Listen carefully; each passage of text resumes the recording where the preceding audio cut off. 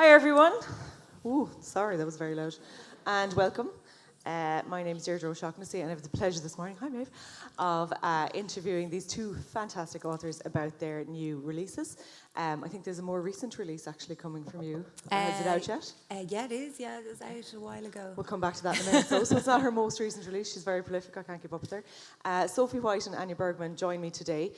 Just before we get going, a little bit of housekeeping. If you can put your phone on airplane mode or silent, or the one that doesn't buzz all the time anyway. And also, if you ask a question today, just bear in mind that they are being recorded. So like, if you're not supposed to be here and you're having an affair or something, probably don't ask a question, okay? But other than that, please do feel free to participate. We'll do some questions and answers at the end. And we have plenty to get through, so we'll get going. Both authors are going to read for us a little bit just to get us started. Can I just first get a show of hands of how many people have read both of or either of the books? Because sometimes that makes the conversation a little bit different. Thank you. Am I shouting? No, you're popping. Thank you. Okay, so we've about half and half. All right, great, thank you. Okay, so Anya, we're going alphabetically. Anya Bergman is going to read first. Hello, everyone. Am I the right volume? Yes. Thank you so much for coming. I've been really looking forward to being on the stage with you, Sophie and Deirdre. So I'm going to read from the first chapter of my novel, The Witches of Ardagh. Just to give you a little bit of context, the book is inspired by the real witch hunts that occurred on the tiny island of Ardagh, which is up in northern Norway, above the Arctic Circle, so a tiny, bleak island. And these witch trials occurred in 1662 and 1663, the ones that I am writing about. And the passage I'm going to read, is told from the point of view of a character, Anna Rudius. And Anna Rudius is a Danish noblewoman who has been exiled to this island. She's been exiled because she's basically a pain in the arse. She's been complaining about corruption in the city where she lives. This is a real historical figure, by the way. And she pissed the King of Denmark off so much, because Denmark ruled Norway at the time, that he has exiled her to this island. And Anna finds herself getting caught up in the witch trials. So that's all I'm going to tell you, just to whet your appetites. So just get my glasses on. So she's just arrived. She's got off the boat, and she's being transported to the island on a large sleigh that's been driven by this deputy bailiff called Lockhart. We tumbled beneath the silvered northern sky for hours. My bones rattled and my joints sore. My eyelids were falling, lulled by an image in my head. I knelt before my king, dressed in my best blue silk gown, and your hand, bejeweled with gems, was resting upon my head. I could feel the gratitude from your palm crowning me. I was wrenched from my reverie by the sound of the driver crying out. I could see the rumps of the reindeer out of formation, skittering about on the treacherous snow. Bailiff Lockhart roared to hold steady, but it was no use, for the sleigh had lost control. It skidded across the ice and mounted a drift of snow so high I had to cling onto the wooden sides of the sleigh so as not to fall upon my head. I braced myself to turn full circle, terrified I would break my bones, but instead we thumped back down upon the packed snow and skidded to a halt. My hat had fallen over my face, and I could hear the heavy thump of Lockhart's boots landing in the snow. I pushed my hat back and could see his hulking figure striding away while the driver was soothing the startled reindeer. Neither man had attended to my welfare. I dragged myself out of the overturned sleigh, looking to see where my precious medicine chest might have landed. It was a short distance away, its contents strewn upon the snow and lit up by the moon. As I stumbled over towards it, I saw the most astonishing sight. Standing the other side of my chest was a dark-skinned girl, not quite a woman, with black hair unbound and dressed in a cloak of feathers. And most astonishing, by her side was a big wild cat. I'd never seen such a creature before. Its soft fur was spotted lightly, and it had an underbelly of purest white. It had big ears tapered with long tufts of fur upon them. Its eyes were the colour of amber stone, and they gazed at me steadily, unafraid, unflinching. In this encounter with the girl, the cat, and me, the air was as if made of fine glass. My breath plumed in heavy puffs, but despite the cold, the girl did not so much as shiver. She put her hand upon the great cat's head, which continued to stare at me, but it was the girl who bared her teeth, not the animal. My heart leapt with fright, for I had never seen a human, let alone a young woman, make such an expression. The strange girl shook her head, and her snarl turned into a peal of laughter, as if delighted to frighten me. "Who are you?" I called out. But she opened her arms so her cape of feathers turned into 2 big wings, and then she disappeared into a copse of silvery birch, the big cat at her heels. I hastily retrieved the contents of my medicine chest, fearful the girl and the beast would return. But when I looked up again, chest clutched tightly in my hands, I saw Lockhart running back from the woods, a bow and arrow over his shoulder. "Did you get it?" the driver asked him, securing the harnesses of the jittery reindeer. "No, it was too fast," Lockhart replied. "What's a lynx doing in these parts?" The other man shrugged. Of course, it was a lynx. I had heard of these large cats of the northern regions. How magnificent a cloak of its soft, lustrous fur would be. "And to the girl?" I asked, dusting snow off my cape. "What of the girl?" Lockhart turned and frowned at me. "What are you raving about?" "There was a young woman with the lynx," I persisted. "Did you not see her? She had long black hair and wore a cloak of feathers." I trailed off, realizing how unlikely this sounded. "We are 2 hours' ride from the nearest village, so who do you think might be running around in the woods with a lynx?" Lockhart challenged me with a sneer to his voice. "She was right there," I insisted, "and she threatened me." "Enough! I've been warned of your wagging tongue, but this is hysteria from an old hag." My body stiffened from the insults. I had never been called old before. Indeed, when he was close up, I could see I had fewer years on my captor, for the begrimed wrinkles were dug deep in Lockhart's face. "How dare you?" But before I could finish, he placed his filthy hand upon my mouth. "Shut it," he said, spit landing on my forehead. "Your transportation has caused us enough trouble." With that, he took a chain from his belt and began to wind it around my wrists. In all my weeks of captivity, even during the trial, I had not been treated with such indignity. I tried to struggle, but he pushed his hand into my chest so hard it felt he might break my heart.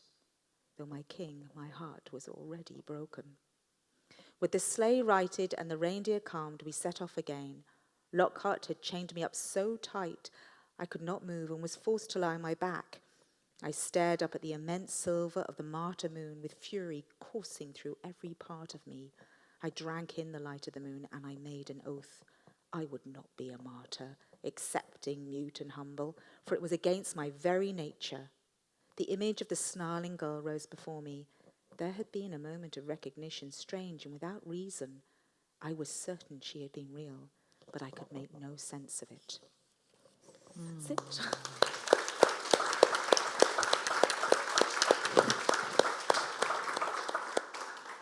Because I was so excited about getting started, I forgot to tell you anything about Anya. You may or may not feel that that doesn't sound like a debut novel, that maybe it sounds a little bit more accomplished than that, and you would be right. This is her first book under the name Anya Bergman, but Noelle Harrison, as she is also known, has previously published 12 novels. Some of them are historical fiction, so if you have read or are about to read this one, there is more there for you. It's just under a different name. She lives in Ireland, near Kilgarvan, but on the Cork side, I'm assured. Very, very careful about these things. Do the Healy Rays know that you're giving Kilgarvan as an address, but saying Cork? No. Okay. No. All right. I'm scared of a witch hunt. Yeah, You know? cut that out of the live stream. She's also undertaking a PhD by published works at Edinburgh Napier University, where she also lectures and tutors. And she's also working on another historical novel set around women at the time of the French Revolution, and tarot cards are involved. So there's lots more to come here if you enjoy this, which I promise you will if you haven't read it yet. So thank you for setting the scene there. There's so much in this book to discuss, and so many of the themes are very reflective of what's in Sophie's book as well. So I'm going to get Sophie to set the scene now of her book, and I'll give you the bio afterwards, because we'll let the book do the talking. Thank you, Deirdre. And thank you, everyone, for coming. Really means a lot to have anyone here. So this is a book called Where I End, and this is the opening pages. My mother. At night, my mother creaks. The house creaks along with her. Through our thin shared wall, I can hear the makings of my mother gurgle through her body, just like the water in the walls of the house. I hate the sound. In the daytime, it is covered, wrapped up in the radio and the wind and the low hum of the electricity. But at night, in the silence, her insides gush, and she seems alive in a way that during daylight she does not. The gush forces thoughts of her effluent, her needs, of the things my grandmother takes care of, but that I will have to do someday soon. I don't want to, which makes me feel bad. I hate her body. It's an awful thing. Sometimes in the morning we find her in places. We never see her move. We just come upon her. Maybe she is coiled on the rug in the hall. That rug leads to the old front door, the front door that is never used. Its handle was gone from before I can remember. Without the handle, it is just a smooth rectangle of wood. The door doesn't need to be boarded up. When you reach for a handle and your hand swipes through nothing, it is as effective as any deadbolt, just as final. My mother, heaped before the front door that is not a door, looks like a thwarted escapee. My home. The island is a treasure, the brochures say, untouched, a wild place, unspoiled. But when you live here, which hardly anybody does, it doesn't seem wild. It seems the very opposite. It seems resigned. The island slices up from the ocean, thrusting skyward like the prow of a sunken ship. At the high end, the island runs out at sheer cliffs. At the low end of the island is a broad sandy beach. The sand is grey like iron filings. The wind pushes patterns across the surface, and if you sit for a while, it will stain you grey and your hair and mouth will fill with shards of the beach. I've been to beaches on the moor here, and they are not like our beach. On those beaches, the sand is settled, bright and clean. It doesn't invade. It lies docile, succumbing. My house. I don't understand my house. It's never been explained to me. From the outside, it is backwards. Circle it and you'll see. It once faced the rest of the island. At some point, the front door and front windows looked down at the walls and the far beach, at the Shan cave and our neighbours. Faint traces of old decoration can be found. The relic of a hanging basket sways up to the right of where the door was. A barrel to the left held plants. Now the hollow of the flaking door frame and the squares of the windows are stacked with the same blades of serrated limestone that make up the island walls. They are pressed and slotted in so tightly that the work of forcing each fragment into place must have been grueling. Who did it? Did their hands bloody and bruise at the task? The gaze of the house is now unnerving. It has been gagged, the eyes and mouth stuffed shut with the stacked splintered rock. The straight-edged lines are steely stitches that have sewn our house closed.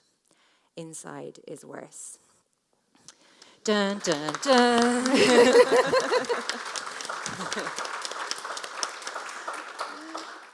So, as many of you will know, Sophie has written a number of other novels in quite different genres. So some of them you described as airport fiction, and one is a memoir, which has kind of led us into this corpsing. Who's read Corpsing? Oh, you've loads of buyers Loads now of for people Corpsing as to well. recruit now. Yeah, get up to Bantry Bookshop. Corpsing is a memoir that turned into something of a horror memoir, I gather. So it has led her onto this path, and now it looks like it won't be the last horror book you've written. This is her sixth book with, as I mentioned earlier, another one on the way, and The Guardian described it as brilliantly visceral, which I think you will have taken from the little bit that she read there. That is by far not the most visceral part of the book. Just warn you. Your dun dun dun led me nicely into my first question, actually, so we'll just revert to that. Dun dun dun. There is, in both of these books, a creeping sense of unease throughout. And in Anya's book, we know bad things are coming. There's witch trials underway. They're hunting witches. That tends to end one way, largely, not always. But we know there is something really, really bad coming, and you're on this sort of inexorable journey with a number of women.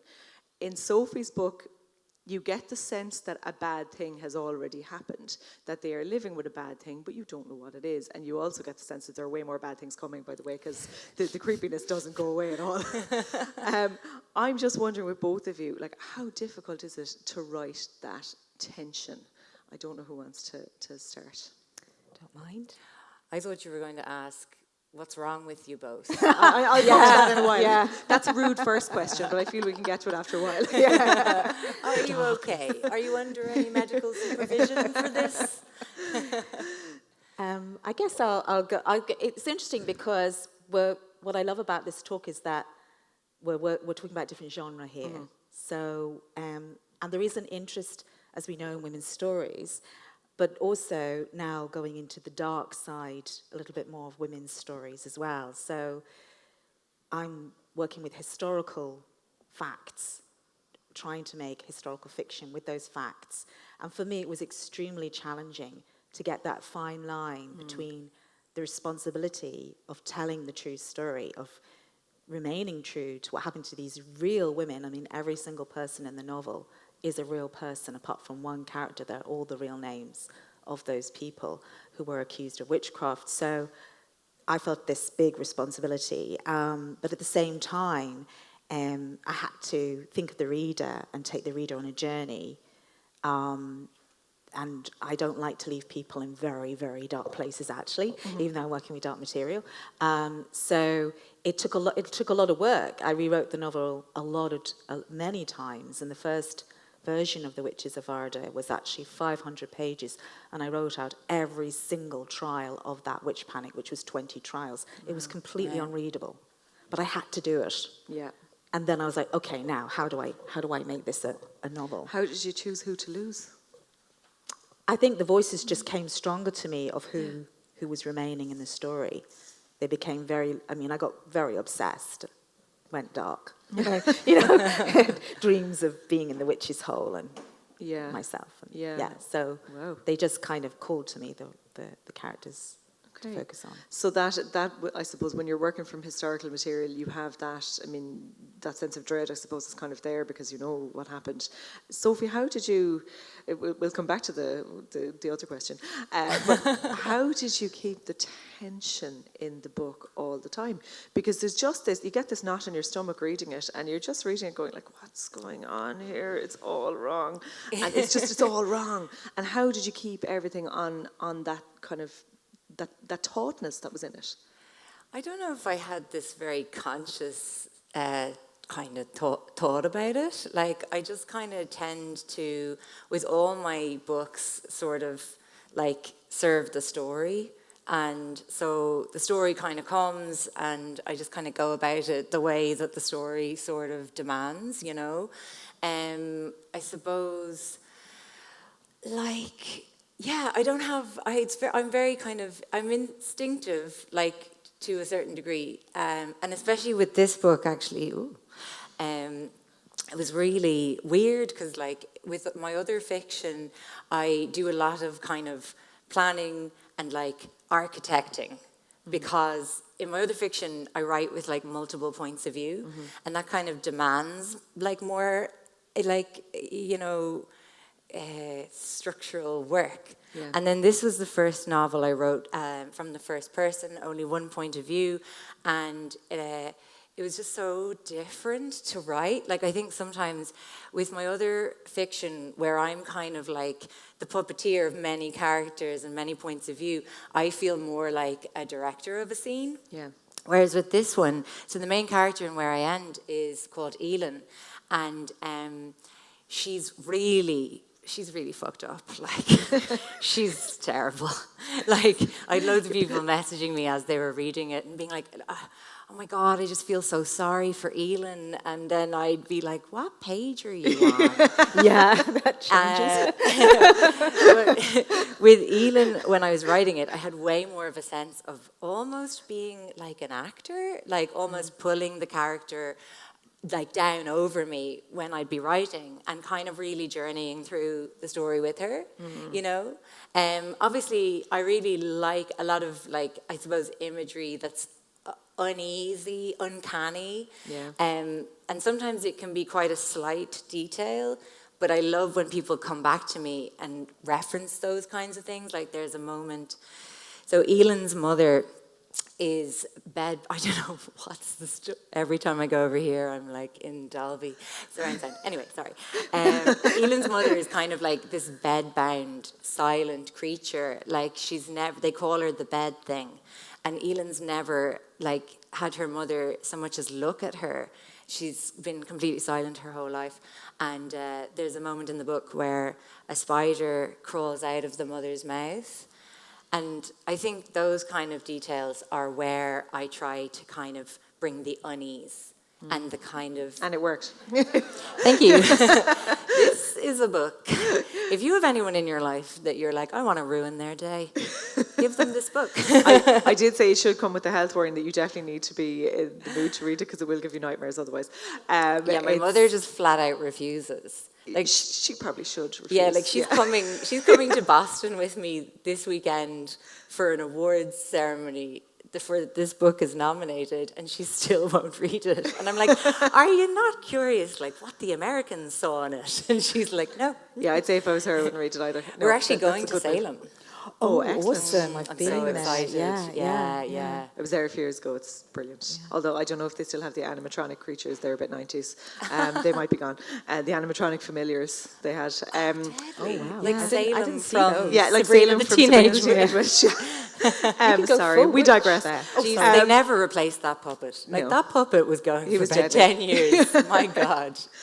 You brought me on nicely. You're doing all my segueing here for me, which is really handy. Love to do it. Thank you. On to the writing main characters who are not likeable, and this is one of these things that women always get asked, so I'm just going to apologise for that immediately. But both, like Anna Rodius is not particularly likeable, and maybe she's meant to be likeable. I didn't like her anyway. But she's quite sympathetic in some ways, and I suppose her story as it unfolds, you learn more about her and more about why she is the way she is. And actually, in modern times, she would be, leaning in, and she would be totally sound, and we'd all think she was great. But in that context, she was a pain in the hole to everyone that dealt with her, obviously. But you kind of don't feel any great sympathy for her throughout. And obviously, Aoileann, like there is a bit at the beginning where you're like, oh, this poor creator, and they're like, not a creator at all, not a creator. And keeping somebody, I suppose, as your voice, who the reader doesn't particularly sympathise with or doesn't particularly root for. Like there's times where you're rooting for Anna, and then there's other times where you're like, oh, just whatever. Maybe it's not meant to be like that. I might be totally misinterpreting. But is it difficult to kind of maintain the voice of somebody? Do you lose patience with them, or do you decide, God, maybe I should tell this one stuff it, like maybe she should meet a terrible end? How does that work? How did that process work for both of you? I might go to Sophie first, because I've probably asked you a tougher question, I think. Anya? Sure. Well, I think with unlikable characters, I feel the main thing that you have to give a reader to keep them with you is like reasons, and I think with Aoileann, like from when we meet her, like I think when I was kind of making the character of Aoileann, like I always, when I'm writing a novel, have a real kind of central question, like in my mind. Like I don't really like lay it out, but I always feel like the whole story must orbit this kind of central question. And with Where I End, the central question was like, if you have a family where one parent is present but absent, and is present and dominating but giving absolutely nothing, and if you come from that level of deprivation, like Aoileann has a grandmother who won't touch her, and who spits on the floor to keep her back because There's a whole story. There's a whole thing. And I think that's the central question of Where I End was, what kind of person does that produce? So with Aoileann, like, that was the making of the character, was all about exploring that. And, like, it's funny because, like, I've written, like, memoir, I've written, like, 2 works of nonfiction. I've written a lot of novels that have bits and pieces from my life, but, like, my horror literary fiction is the most autobiographical book I've ever written. And my mother loves me saying that. And it's because it was kind of inspired by like having a bedbound parent. And so my father got early onset Alzheimer's, and he spent the last like 3 years of his life in a bed, silent. You know, he didn't look at us. There was no sense that there was any consciousness. And, you know, anyone who's ever loved a sick person, you tap out these hours at their bedside doing this kind of vigil. And, like, I mean, I sat there and I really thought a lot about what if this was the only parent you'd ever known, you know, and again, like, what kind of person would that produce? And the thing is as well, like, I'm really, like, sick in the head, so I loved kind of pulling on Aoileann and being like, what'll we do today? Do you know what would be awful to torture someone with? Because she does start to really resent. And I think that's another thing that I really wanted to look at, that kind of resentfulness that can grow up out of caring for someone. And so she does some stuff, you know, that's not great, but also kind of stuff that's weirdly benign in one sense until you really think about it. Like, I don't know if you remember the porridge oats scene. Jared, look, it sounds almost wholesome. Like, was she making some overnight oats to Instagram? I don't think Flavins are going to be looking for an endorsement anytime soon. Jesus, I've made some real enemies, like Inish Man, can't go there anymore. Flavins, I'll never get sponsored by them. I don't think so. But that's really interesting that you talk about that, because I think for anybody who's been through that experience of a sick parent, like, for me, I found that part really uncomfortable. Yeah. And it does bring up all these sort of hidden or quashed emotions that people do have. And they're quite kind of transgressive. Yeah, very much to so. kind of say, like, I'm caring for this person, and actually, like, it's dominating my life, and it's so much of it's drudgery and things like that. Yeah. It's and one of the things that struck me about that sort of level of what happens between Aoileann and the mother, and the things that are done and that are not spoken about, is, you know, obviously I work in news and we cover all the most horrific cases that really do happen, and so much of those things, you know, kind of probably are happening. And for me, that was the bit that I was like, God, this is one of these things we don't talk about, and it is taboo. And you know, there's been quite a high profile case recently of an old lady in a nursing home. People may or may not be familiar with it, so I won't go into it. But it got very little pickup, it got very little reaction, and it's one of those things where I think people just kind of go, don't want to know about that. You know. And so I think for me reading that certainly large swathes of the book where this relationship is the core part, it's really uncomfortable, because you're like, so much of this is actually very real, you know, and very you know, what probably is going on in people's heads. But anyway, we'll come back to that in a little while. Tell me about writing Anna and about her kind of dealing with her personality as you're writing her. It was quite interesting when you said Anna isn't very sympathetic. I was like, oh, is she not? Because I had written a play originally, one of the versions of the story of the witch trials. I wrote a play which I produced and put on in Edinburgh. And in that version, Anna is a complete bitch. Okay. She is the baddie. Yeah. And then during the time of putting on the play, I went through the menopause, and I realised that all the kind of historical documentation on her, all the books, there wasn't that much that was written about her, was kind of casting her as this kind of middle-aged, haranguing, litigious pain in the arse. And I thought, hang on a sec, she's just going through menopause. So I thought, right, let's redress this. You know, I thought, come on, we you know, I started looking at depictions of menopausal women in fiction, and it's pretty crap. Grim, there are either mad or bad or sad or whatever, like, and I just thought, let's round her out a little bit more. Let's give her a reason why, like you're saying. Yeah. So with Anna, when you first meet her, you think, yeah, she's a complete bitch. But then as you get more and more of her backstory, you begin to understand why she's the way she is. Yeah. And for me, there's many different reasons why, and for the reader, they can decide. But for me, I think it's personally because she was a highly intelligent woman who wanted to be a physician, and because of the time and age she was in, she wasn't allowed to be that, and therefore she had to be silenced. So I like to create characters with a lot of grey.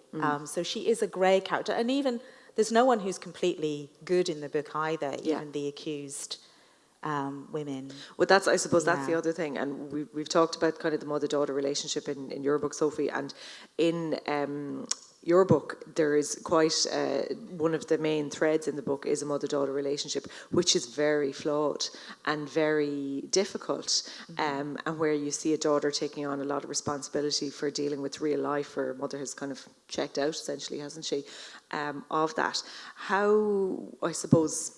How much of that was from the historical source material, and how much of it was yours, and why was it important to write a relationship like that?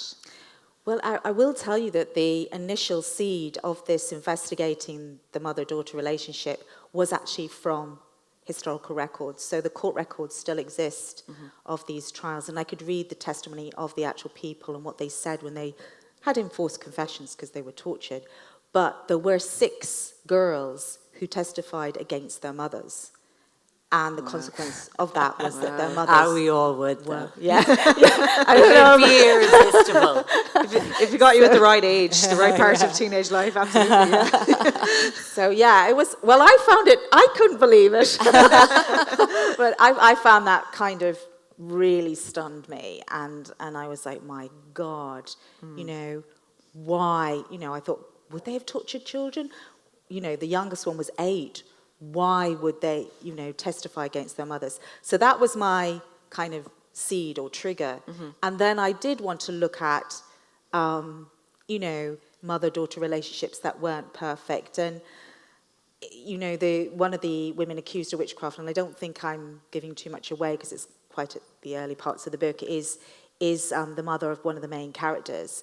And she has a younger sister as well, and the mother is quite cruel to the younger sister, and she kind of checks out of her relationship with her daughters, and you could say brings on these accusations herself, although of course it's not her fault that she's accused of witchcraft.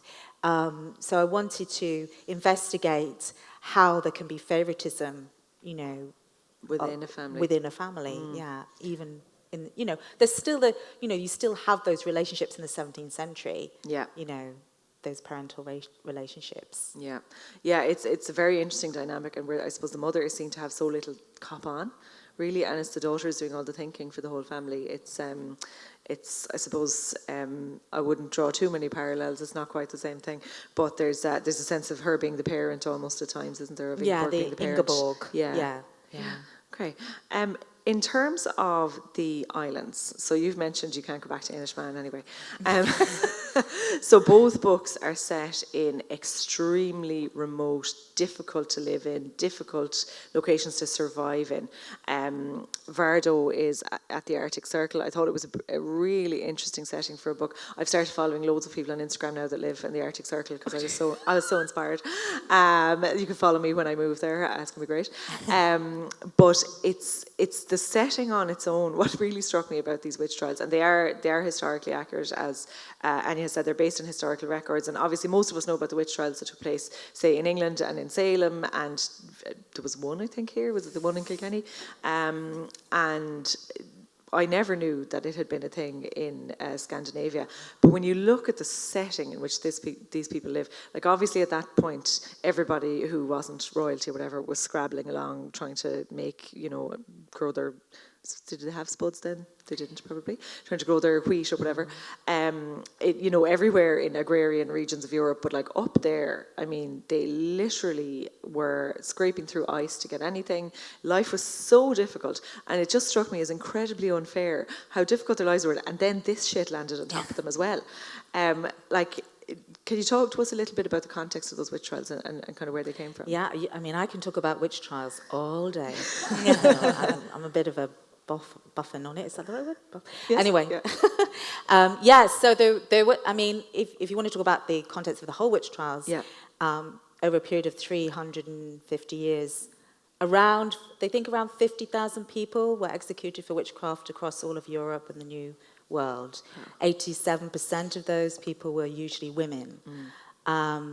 Also, some children were executed as well, which people don't actually know about. But talking about Norway, the Norwegian witch trials were actually very closely related to Scotland. So Scotland was one of the worst places for witch hunts in Europe. And the witch trials kind of triggered in Norway because the King of Denmark was the brother-in-law of the King of Scotland. This is in the late 16th century. And the King of Denmark says, I've got a witch problem up in the far north, because they just said all the witches came from the north of Norway. That's where they came from. That's where the entranceway to hell was, up there. So King James said, I've got a great fella for you, Scottish guy. So he sent over this Scottish guy who was the first governor of Finnmark, who covered this whole region where the island of Varda was. And he started the first witch trials. And actually the first people he accused were the indigenous people, the Sami, who have their own religion, their own customs. And so it was very easy to target them because, you know, they would say that they were singing to the devil and beating their drums to the devil. And so they were the first people accused, but then it migrated on to mainly Norwegian women who were the wives of the fishermen. So the main way they survived was actually through fishing. That was the main kind of source of income. And at the time of my trials in 1662, they were being affected by the mini ice age. So all the fishing yields were going further south, and the fishermen were in debt to the Bergen merchants because they were trading for fish and grain with them. And so when the fishermen started complaining, the Bergen merchants accused their wives of witchcraft. So that's kind of, it was economic actually. There's many different reasons why there are witch trials in different parts of the world. So this Varda was an extremely bleak place to live, but it had actually been, in the Middle Ages, quite a wealthy place because of the fish and the huge demand for fish, and for klipperfisk, which was a dried fish, which was sent down. But then everyone was leaving, and they were starving because the fishing yields had dropped. And so the time when my trials occurred, it's very, very tough period of time for them. And the way the trials swept through the area was that literally, you know, it was definitely a misogynistic cast to it. That the women were the targets. No men were accused at this time anyway, in 1662, 63. And after they burned all the women, did the fish yields go up? No. Oh, well. Although they were accused of chasing the fish away on legs of seaweed. Oh, right. Or turning into whales. As you do. The fish away. Okay. Yeah, I mean, it's so, the location in both books is so, sorry, I had started that question, then I diverted. The location in both books is so bleak, and I almost felt in both of them as if the island was a character and the location of the weather was a character. If you want to come back to Vardo first, and then we'll come back to Not-ish Man. Well, I can go back to Varda anyway. I'm very welcome there. I would recommend a trip because it is a stunning place, and they have an amazing memorial to the people who were executed for witchcraft there. But I travelled there. I lived in Norway at the time, so I lived in Norway for 6 years. So I immersed myself kind of in Norwegian history and culture, and then I travelled up to Varda. I was living in Bergen, so Varda is a long, long way up. And it's above the Arctic Circle. So I went in the winter festival, so it was 24 hours darkness, blizzards, howling blizzards. And I have to say, I actually have a fear of islands, little island. I'm quite afraid of islands, which kind of added an extra thing for me with your book. I'm quite afraid of being stuck on islands. So I found it really hard being there, let alone kind of researching all the stuff. And there was a big blizzard when I was there, and this boat was supposed to come and collect me, and it couldn't come, and I was like panicking. I was like, I'm going to get off this island. And so I could really imagine how, you know, people's imaginations ran away with themselves in this dark, bleak island. And all the trials took place in winter, and you've got the Northern Lights as well, which the Christians believed were like these kind of evil spectral visions, whereas the Sami believed that they were the spirits of the departed. And then I went back in the summer with 24 Hours Daylight, which was completely different. But I got something else from it in that at that time there was just the incessant screeching of seabirds, non-stop. And in all the trial records, the women are being accused of turning into birds. And I thought, that's why. Because the birds never stop. Wow, that is so creepy. Very creepy. I don't think I'd be going to further. The summer was just as creepy because you couldn't sleep. Yeah. You know? That seems worse. Yeah, I'd it pick was more the intense. darkness. It was more intense. Yeah. And in not Inish Man, the any other island off the west coast. The island is like another character, isn't it, in the book? Yeah, definitely. And I wanted that very much. And the thing is, it's not Inish Man, but the reason that I used some of the kind of, geography of Inish Man is because it's an incredible place. And I'm saying incredible in the true sense of the word. It's hard to believe it exists because it's so strange and it's beautiful and it's really compelling. And it's funny that it holds this position in Irish literature as well. Like it has, completely entranced, like a lot of writers, like J.M. Singh was obsessed with the place, and even on Inishmaan there's like this kind of mini rock fort called Cahir Singh's Chair that looks out west of the island. And the thing is as well, like I had to set it on a sort of Inishmaan because the sort of idea started when I was on my honeymoon like more than 10 years ago on Inishmaan, and I love that I married like just the right kind of person who wanted to have a honeymoon on Inishmaan, which is this kind of like very, very barren, very strange, very cool thing. And the thing is, lots of the kind of details of the island in the book are true to the island of Inishmaan, but like the people and things like that, like the island in the book is like truly like a much bleaker, knottier kind of place. But there's loads of details that were lifted kind of wholesale from Inishmaan, and the kind of West Coast tradition of fishing and things like that. Like some of the stuff that is true to Ireland is so macabre and like you couldn't make it up. Like I love it. There's obviously Aran jumpers are made there, and there's a thing that they used to do, the families knitting jumpers for their men, the fishermen. Different families used to put a different kind of like twister cable in the collars or sleeves of the jumpers so that if they drowned and the bodies washed up like bloated and unrecognizable, the families would be able to claim their dead because they'd recognize the stitch. And I loved that. I do knit, and I love a corpse. It was tough going writing Where I End because it's hard on the stomach. I write, when I'm writing a first draft, I always write in the morning. Like 6 to 8 a.m. I try to do, and then I kind of rejoin the kind of family fray and like start helping with lunch boxes and things like that. And my husband's very tolerant of me prior to that, sitting up in the bed, and like he'll often bring me up coffee, and like, I'll be typing away, and like if I'm writing one of my like more fun books, I might be doing a bit of research in a different window, and like depending on the book, I might be watching, Michael Flatley's seminal Eurovision performance of Riverdance and enjoying some leather pants before 8 a.m. On an empty stomach. And with Where I End, I used to have like different tabs open with like Google image searches of like body in water 2 weeks and just looking at all the pictures and being like, texting pictures to my editor, being like, today's disgusting Google search, but you have to see it to write it. So what was the question? I can't remember. The island. Why did I bring us here? I'm so sorry. I'm really selling the book. No, but actually, this is a question I wanted to ask you about, because one of your Sophie also has a first-class honours degree in sculpture from the NCAD, and body fat was one of your, not human body fat, I presume, but fat was one of your mediums in that. What is your obsession with gristle? I'm amazed you know this detail. Sometimes I do my research.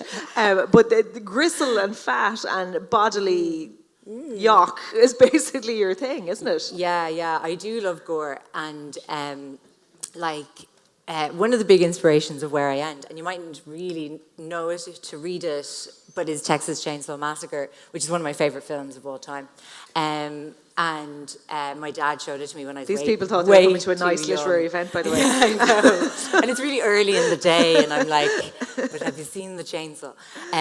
So yeah, with the fat in art college, I think it's kind of an almost kind of like requisite. You have to do something kind of wanky and, you know, with the body. And I had gotten very taken with tallow.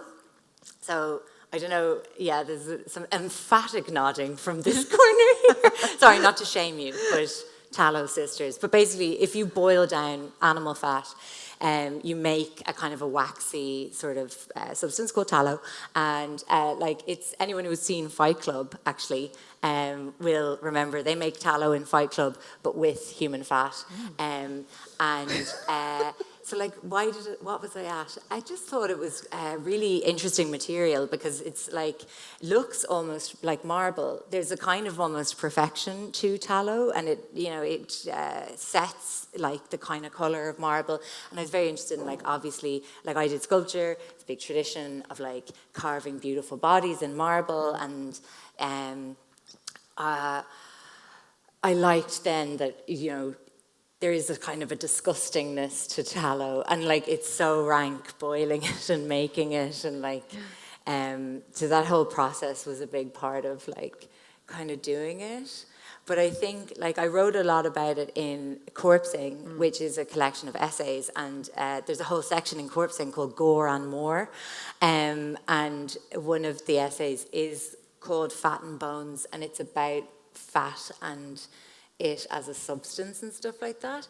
And it's very interesting because when I was researching the bodies in water, there's this thing that can happen where instead of love, we're all here together, and sorry for what I'm about to say, but there's a thing with a body, if it stays in water, that it can get almost kind of porridgey, and the clothes will often be the thing that's keeping it in a shape, in a vaguely person-like shape.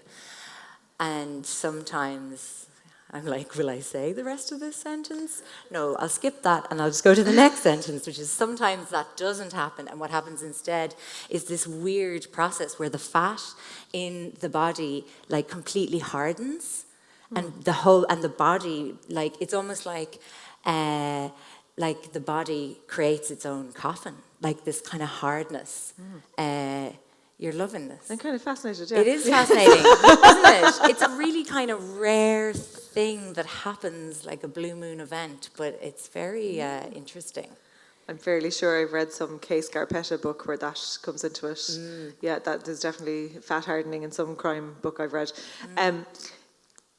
Cycling back a small bit, back to fat. What, from Fight Club and Texas Chainsaw Massacre? Come back a small bit.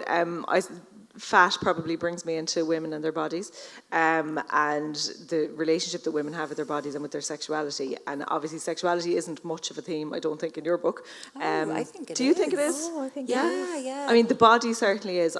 Maybe I was trying to block that part out. I don't know. But there's certainly in The Witches of Ardagh, sexuality plays a huge role in the story and in what happens to these women, because one of the witches obviously is accused because she's obviously a fine woman and is attracting the wrong type of man, and she's punished really for her sexuality, and it's jealousy that motivates that. Did you find that it was obviously the historical record would have been low on why people exactly were accused or what they were accused of, but was sexuality a big factor in that?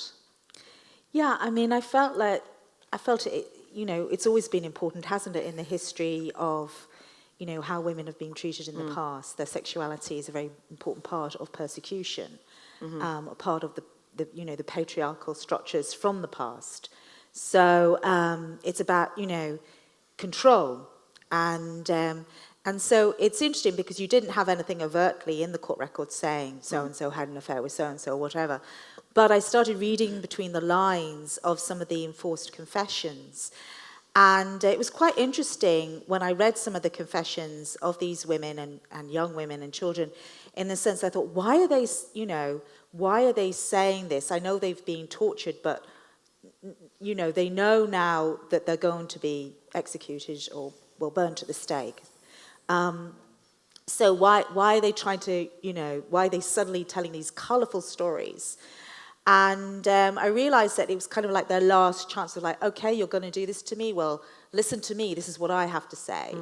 And then some of them would say, you know, I went up on Dolmen Mountain and I danced with the devil and we had a great old time, you know, and they would kind of talk about their sexuality. But I also kind of, coming back a little bit, I started kind of looking into, you know, reasons why they might have been accused as well. And there was one, which features in the book, a person testified that a devil dragged her, she was being interviewed by the governor, the devil dragged her out of the fortress and threw her skirt over her head and assaulted her. And I thought, oh, she's being raped, you know, but she's describing it as a devil. And so it was convenient then to maybe accuse that woman of being in cohort with the devil rather than a victim of a sexual assault. Also, you know, there were a couple of them who were pregnant, and rather than someone admitting to being the father, it was easy to say, well, she had sex with the devil and the child is a devil's child. So that did happen as well. And if you look at the history of witch trials in Europe, not so much in Norway, but in some parts of Germany and Central Europe, you know, they're very sexual. I mean, has anyone ever read the Malleus Maleficorum? I went Googling it after I read your book, and I read as much of it as I could find on the internet. But yeah, it's very kind of sexual. There's a lot of sex in it, yeah. Yeah, and it's witches are, you know, viewed as these lustful, carnal creatures. Yeah. So it's all bound up with female sexuality and trying to control it. Trying to control our natural bodies, you know? Yeah, and Sophie, so sexuality is the theme. Talk to me about that. Kind of, like Aoileann, so kind of a big sort of catalyst for a lot of the events in the book is this artist moving to the island called Rachel, and she comes with a very young baby, and she herself is kind of like in exile from her own life, and Aoileann like kind of becomes really like focused on Rachel, and kind of it's Aoilann's first time really seeing a mother relationship up close and what it's supposed to be like, and it kind of like makes it really stark what she's been deprived of. But the other thing is that like Aoilann's 19 and Rachel is only in her 20s, and she's really beautiful, and she's kind of like, you know, she's just given birth, and she's, you know, she's big and powerful and gorgeous, and like she's kind of everything that like the desiccated bed thing at home Aoilann's mother is not, like, and so Rachel's very luscious. And I think Aoilann's kind of, you know, feelings for her are very, messed up. Yeah. Like a kind of real intermingling of like, she wants her to mother her. She's also aroused by her. And, you know, there's a few kind of moments in that where I think there's like kind of quite like explicit sort of encounters. But like everything in the book, I guess they're unsettling. Yeah, everything. Yeah, it is. It's all very unsettling. You're just getting that haunted look. Very Just going, oh yeah, I remember There were that some bit. bits that were quite erotic. I think I had blocked out that bit. There's like eroticism with the Yeah. water and her body coming out And of the breastfeeding. sea and- and the shower and like Yeah, like Yeah. I fancied Rachel writing it, so I guess that comes through. Like I wanted to write this really like full, like luscious, powerful, like hot woman, Yeah. you know? Yeah. And obviously she's like a huge contrast to like Everything in Aoilann's life. yeah, and everything on the island as Yeah, well. absolutely. Yeah. And it would, that won't go too far into that because I don't want to do any spoilers, but that contrast and the draining that happens of her in the island is really, really interesting. In terms of, I suppose, this session, I think, is titled Women on the Edge, isn't it? In terms of... We're doing great. We're doing fine. Nobody on the edge here at all. I'm heavily medicated. It's fine. In terms of, I suppose, the gender dynamics in both, like in The Witches of Ardo, it's very clear, and we've discussed kind of the patriarchal system and the oppression of all of these women, and the kind of, Anna was too intellectual and too outspoken and too clever, and all of the things we would value in a woman today, or some of us would value in a woman today. In Where I End, how much of it is about gender? Well, there isn't a lot of men in it.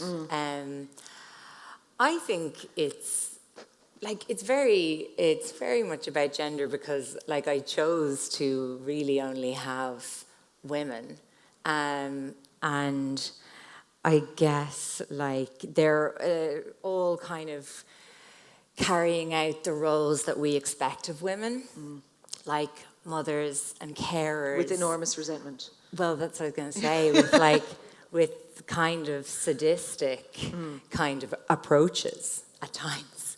And I suppose as well, like, I kind of was very interested in sort of like the sort of hidden life of women and the hidden life of the family in Ireland, like particularly, where we have this kind of like generational shame around like literally everything. And I was very interested in kind of motherhood, yes, which is quite, I think a lot of people latched to that and was like, oh, it's very, like, it's a book about motherhood, isn't it? And I was like, well, I see it more as a book about daughterhood and how, like, our families have the power to just, like, create a reality. And it's very hard to break out of it. It's hard to understand that it's our reality that's maybe, like, out of step with the norm or what's right. And so, like, there's kind of generations of daughters who've been really like let down or neglected by their mothers. And again, that central question of what kind of person does that produce? Because Aoilann's mother, the bed thing, like was a daughter herself once. And we do learn a little bit about her background and her kind of experience of having a mentally ill mother herself. And this kind of, I suppose, sanitization of motherhood was very interesting to me. So like, I suppose like the bed things kind of experience of motherhood before she became a mother was very like, I don't know, like motherhood and the kind of real mess of it, like occupied this hidden space. Like the babies just kind of emerged into the kind of family and you never saw the blood and you never saw the kind of awe and horror of the birth, and also that kind of like weird space that's like, it's called matrescence, where a woman occupies almost like a kind of supernatural realm where she's neither one thing or the other. She's almost shape-shifting between the woman she was before and the woman she becomes as mother. And all of those things are way more interesting to me than men. Well, Agreed.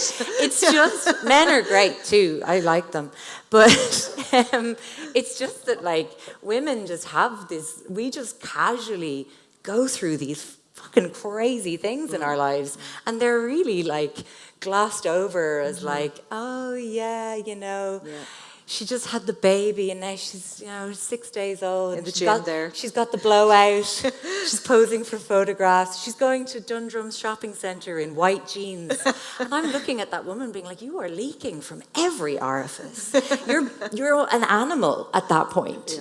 Yeah. That kind of way. And I just think it's really funny that we've kind of packaged it to make it like palatable and to make it less scary, because I think that's the other thing I was really interested in Where I End and in corpsing, was like when I became a mother, I became like consumed by fear and terror and like this anguish.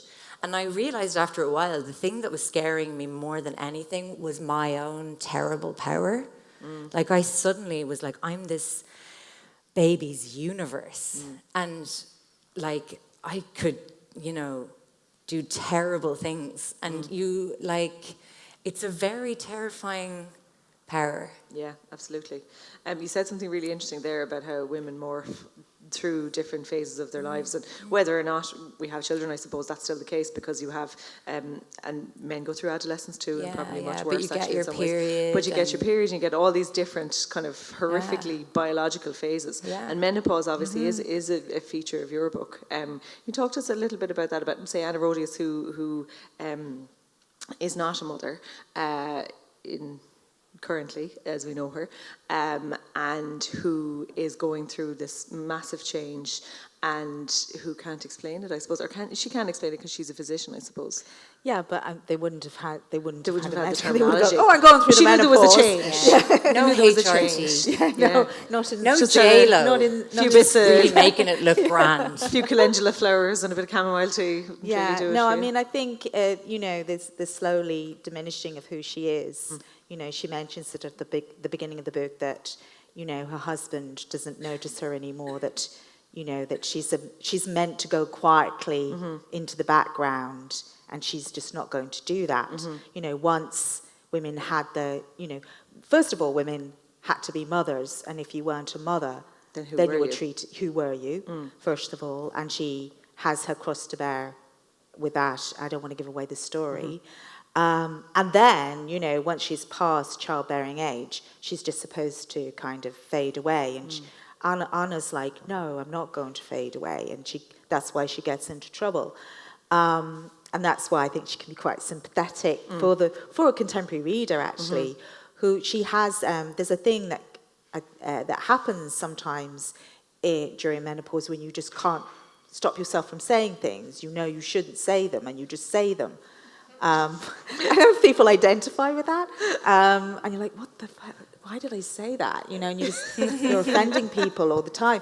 And, you know, and so she has this particular symptom, but she also has other symptoms, real, you know, physical symptoms, like hot flushes and menarche. And I wanted to include, I didn't just want to depict a difficult woman in middle age. I wanted to show her physically dealing with, you know, she's heavy bleeds, going through perimenopause.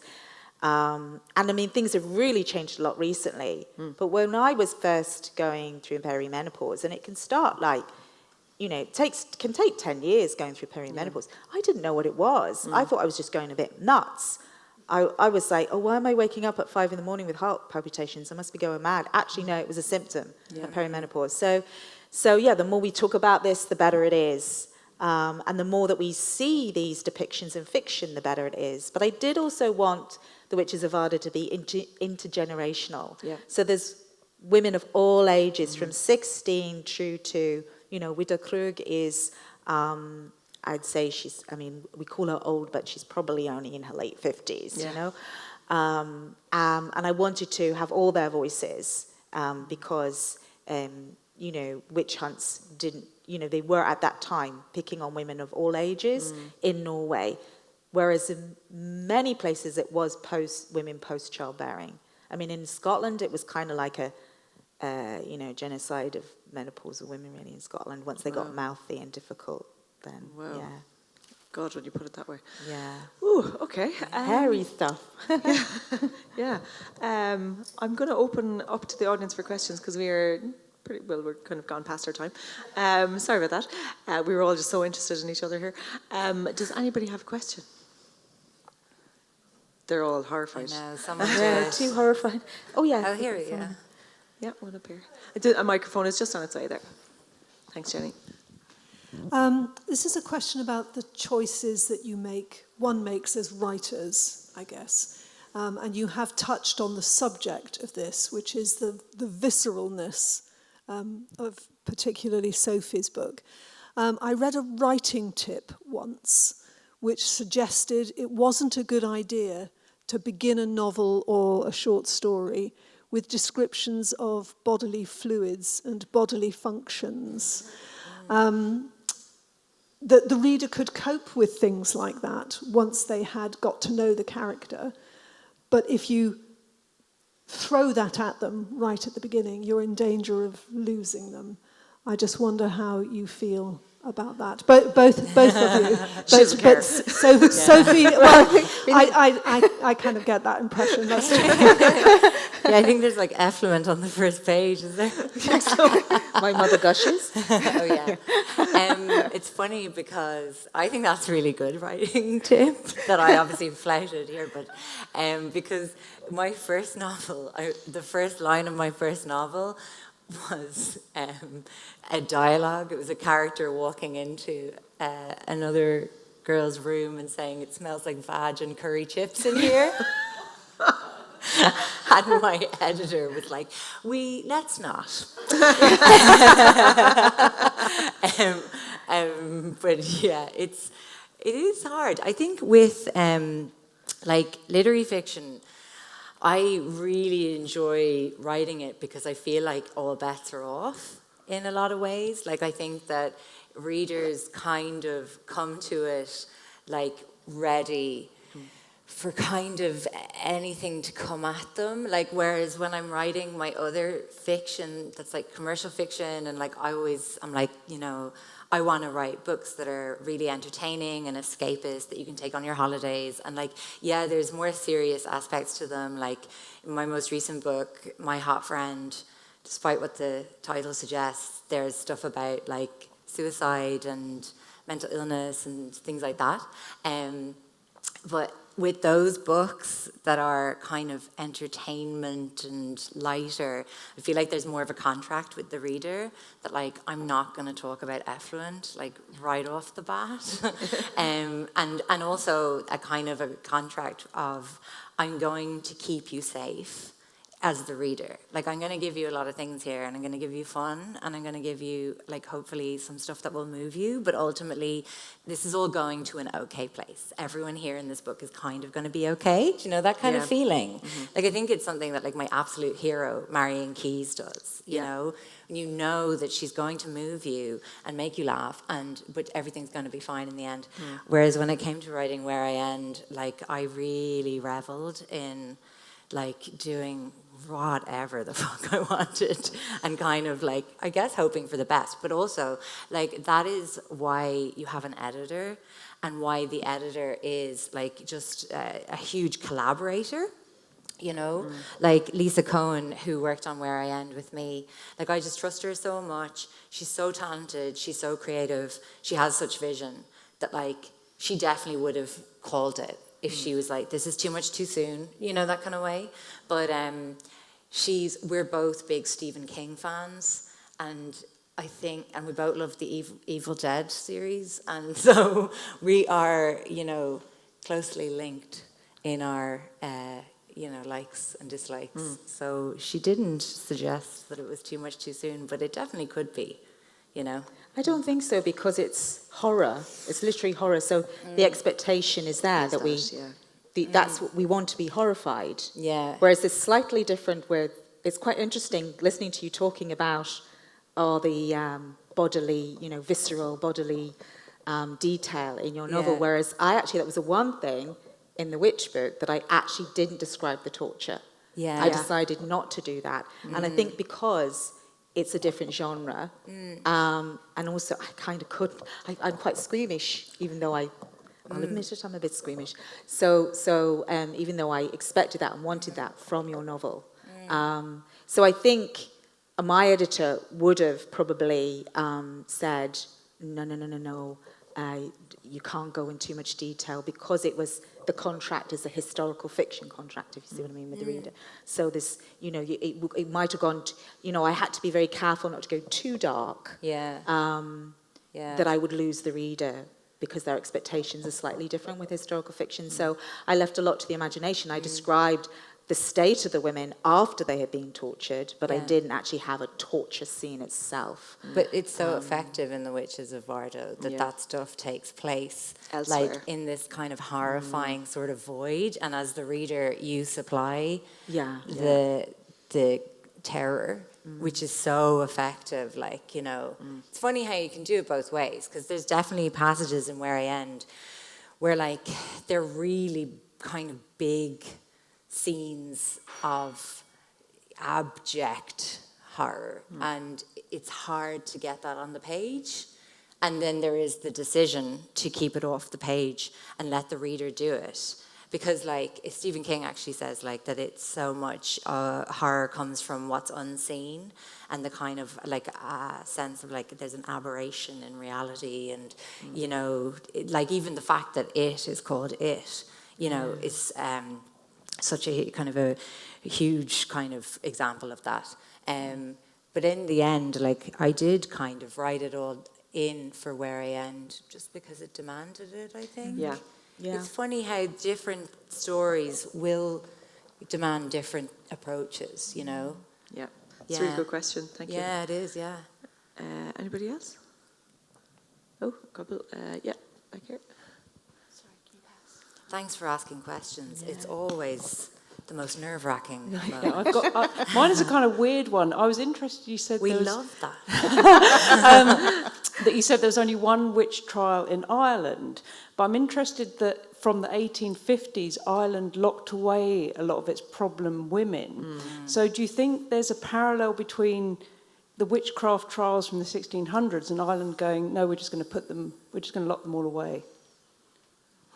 Which is that we're very efficient. Yeah. Our misogyny is some of the best in the world. Yeah, I mean, I think in terms of the witch hunts, there was more than one. Was there more than one? Yeah, There's there one kind of was. famous one was Alice Keitler, wasn't it? Yeah, that was Kilkenny, and then there was up in the north, wasn't there? Martina Devlin's written a book about it called what's it called? House Where It Happened. Okay.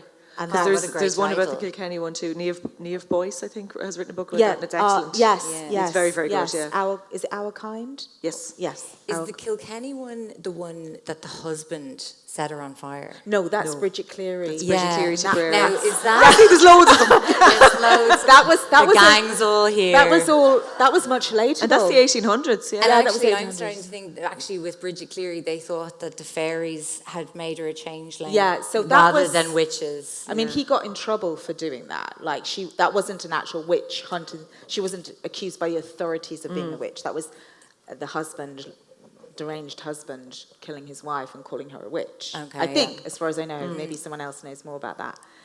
But I think the reason there weren't so many witch trials in Ireland, a few reasons, but the countries where they were most severe were the reforming religion countries. So they were more active. The church authorities were very active in Scotland, and they were Calvinists, and they were just a little bit more, sure, we believe in the fairies anyway here, and kind of things were just let go in terms of witches and fairies. But then you're talking about women being shut away. So In fairness, we did Yeah. shut That's a away an really awful good lot of point. men as well. yeah, there were men shut away as Was well. it with the same rate of people locked up as Soviet Russia per person? Same rate per person. So, you know, there was some equality there. If you were in any way different, you could just be locked up. So, Yeah. gender, If you challenge aside. the kind of Catholic religion, I guess, the Catholic state. yeah. That's a very good question as well, though. Yeah. The Niamh Boyce book, Our Kind, that's the name of it, isn't it? It's excellent. Yeah. If you're interested in witch things, it's very, very And good. also Martina Devlin, And Martina Devlin. The House Where It Happened. Okay, I need to look up that one. Anybody else? We're pretty much done, I think, time-wise. So we've gone a bit over time, but it's been really interesting. No more questions? Gone. Gone. Okay. I want to say thank you all very much for coming, and thank you to Sophie and to Anya for being such interesting and lively guests this afternoon. Thank you you, all very Deirdre. much. Thank you, Deirdre. Thank you.